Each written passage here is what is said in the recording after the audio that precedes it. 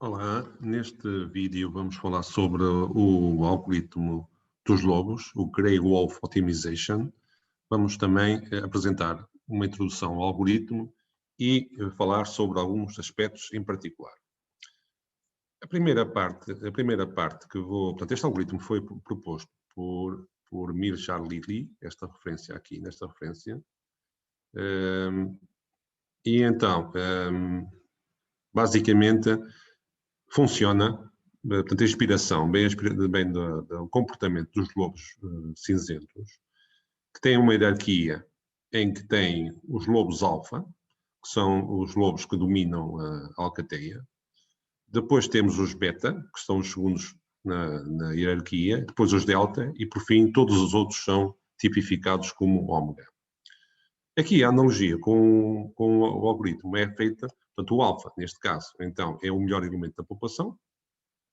Depois o beta será o segundo melhor elemento da população e o delta o terceiro elemento da população.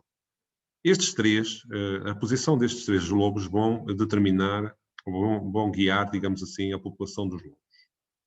Portanto, todos os ômegas vão seguir uma média destes três, da posição destes três lobos.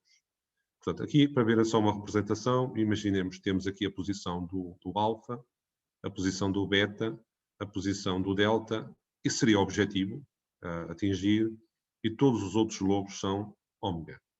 Portanto, com estas três posições aqui, do alfa, do beta e do delta, é que vão influenciar a posição de todos os outros lobos ômega. Como é que isso é feito? Ora bem, eu vou aqui explicar um bocado as heurísticas. Portanto, é preciso, de facto, determinar a distância que separa o lobo alfa, o lobo beta e o delta do ômega. Vamos considerar este ômega aqui em particular. E, portanto, em relação ao alfa, a distância é calculada desta forma. Portanto, há aqui um C1 que vai ser uma perturbação da distância do alfa. Portanto, o x alfa será este aqui, subtraído ao x em particular. Portanto, neste caso seria o x ômega. E, portanto, calcularíamos depois a posição x1, que vai determinar depois a influência no ômega, através desta forma. Portanto, basicamente é o x-alfa menos esta distância que entra aqui, perturbada por outro fator A1, que também tem uma parte aleatória. Portanto, isto é feito para os três, não é? Portanto, neste caso, para o beta também se calcula esta distância aqui. Isto aqui seria do ômega, não é? Em particular.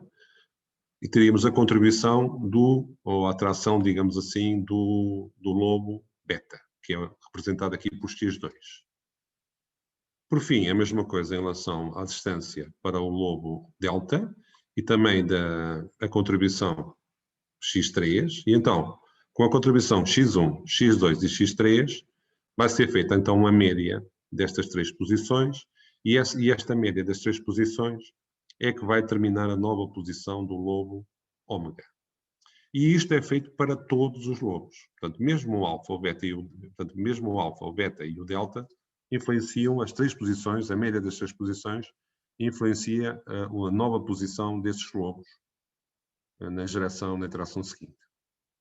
Portanto, aqui, só para representar, para ver como é que é modelada a aproximação em relação à presa, pode-se ver então que esta distância aqui, não é? Está aqui como sendo o tal fator C, que é um fator aleatório que é multiplicado por posição, que no paper original é representado como presa, e a posição do lobo em particular, não é? Portanto, esta figura foi retirada do paper 1 e vê-se aqui como é que os lobos rodeiam a presa, não é? Portanto, aqui há uma analogia entre, digamos, a posição da presa e o objetivo a atingir no problema em questão. A perturbação, C, como estamos aqui a ver, é 2 vezes o R2. O R2 é um valor aleatório gerado no intervalo de 0,1. E depois temos aqui a introdução do D na fórmula, para atualizar a posição do X, não é? E estamos a ver que o A também é uma fórmula que tem esta expressão, 2A R1 menos A, em que o R1 também é um valor aleatório entre 0 e 1. Portanto, há aqui duas perturbações aleatórias, o C e o A. Já vamos ver qual é que é o valor que este A vai tomar, e qual foi a proposta original.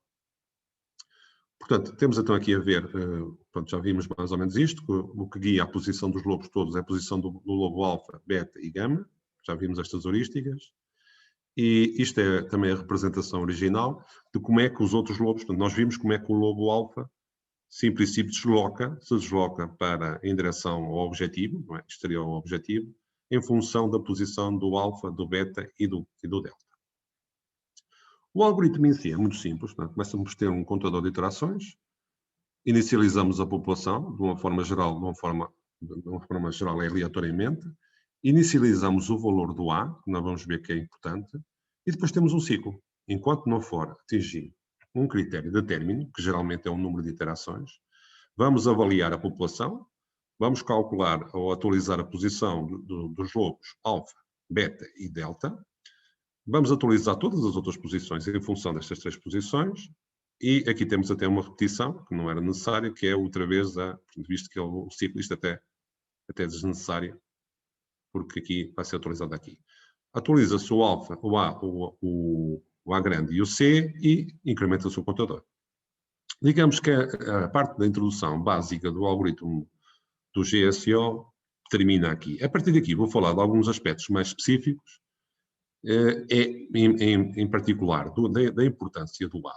Este parâmetro A aqui neste algoritmo é o parâmetro que faz digamos assim, o trade-off, o compromisso entre a exploração que é necessária no princípio do algoritmo e a especialização.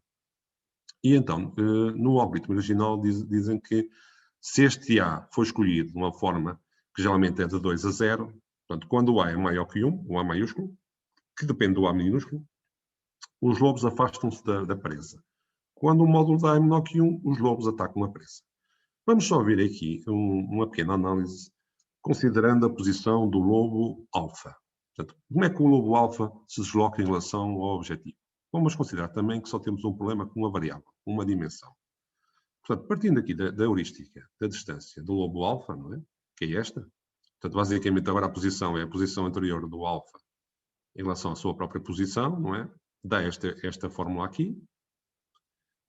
Entretanto, metendo esta expressão aqui, o d alfa, na expressão seguinte, resulta esta expressão aqui, simplificando, pondo o x alfa em evidência, e agora substituindo o A1 pela expressão genérica, isto é, o A1 toma esta expressão, substituindo na expressão em cima, portanto vou substituir agora aqui neste A1, resulta nesta expressão aqui mais complexa, e portanto seria uma expressão genérica de como é que a contribuição do X1, do lobo alfa, é calculada.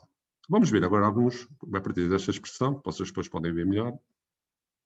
Vamos assumir então as situações em que o valor aleatório 1 e 2 era 1. Um caso que em princípio nunca vai acontecer, mas pronto, é o valor limite, vamos considerar que são fixos. Se isto acontecer, o C2, que é 2R2, vale 2. Não é? E então, substituindo na expressão, esta expressão aqui em cima, este valor, simplifica nesta que está aqui. Pondo agora portanto, fazendo as contas, resulta então nesta expressão que nós vamos usar no princípio. x1 igual a x alfa, 1 menos a. Vamos considerar agora as situações em que o a é 2, em princípio é o valor inicial máximo proposto, e então, fazendo as contas, o que é que acontece é que o x1, neste caso, é igual a menos x alfa. Portanto, vamos imaginar que a posição do lobo alfa era esta. Aqui, neste caso, a contribuição do x1 é a negação, é o simétrico do x alfa. Se for 1, que será o valor intermédio, neste caso, a contribuição do lobo alfa ia ser 0. Portanto, mas não se esqueçam que depois a atualização do lobo alfa depende também do beta e do delta. E se fosse 0, estamos a ver que neste caso aqui seria igual ao x alfa. Portanto, ok? Vamos ver agora a situação. Outro caso, em que neste caso vamos assumir que o R1 é igual a 1, mas o R2 vai ser um valor, imaginemos que dava um valor aleatório, que era 0,25. Ora, neste caso, já o C1 ia dar 0,5, e fazendo as contas, tínhamos usar esta expressão, dava com nova posição x1 ia ser igual a 2 vezes x alfa, ou seja, ia ser o dobro do x alfa. Se fosse com o a igual a 1, daria 1 vez e meio, e com a igual a 0,5 daria 1,25. Pronto, de uma forma genérica, este exemplo, o que é que pretende mostrar? Pretende mostrar uma coisa que o Mirlargi tem no paper dele, em que basicamente os lobos podem, portanto, neste caso para um problema bidimensional com duas variáveis, vemos que os lobos podem oscilar entre o valor positivo e negativo em relação à presa, portanto neste caso seria neste quadrado. E com isto só termino com a referência do paper original, que é esta aqui, onde aquele foi proposto. Desde então tem sido proposto muitas variantes. E com isto termino a apresentação e espero que vocês tenham gostado.